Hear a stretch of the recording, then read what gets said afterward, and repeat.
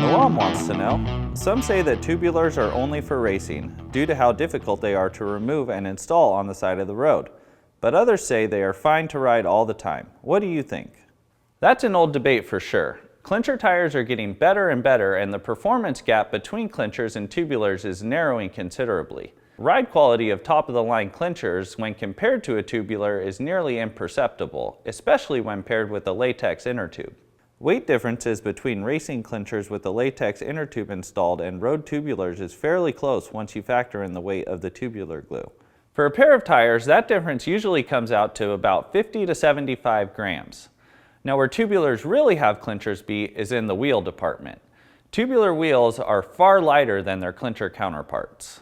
Dropping 150 to 200 grams of rim weight makes a big difference in the way a bike handles, accelerates, and climbs.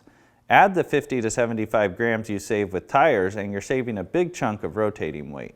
The downside is that most tubular tires are fragile, especially the light ones. There are tougher tubulars out there, but they're generally heavier and don't ride as well as the light ones, so you're sacrificing most of the benefits of running a tubular just to make them more practical. You also need to factor in the weight of a spare tubular. For the weight of a spare tubular, you can carry 3 spare inner tubes for a clincher wheel set. Spare clincher inner tubes are easy to carry, plus if you get a double flat, you don't end up on the phone trying to bum a ride. Then there is the hassle of changing the tubular on the side of the road. If you glued your tires properly, this will be a real headache. Plus you'll have to ride the new tubular gingerly because it won't be as secure as a tire that's properly glued.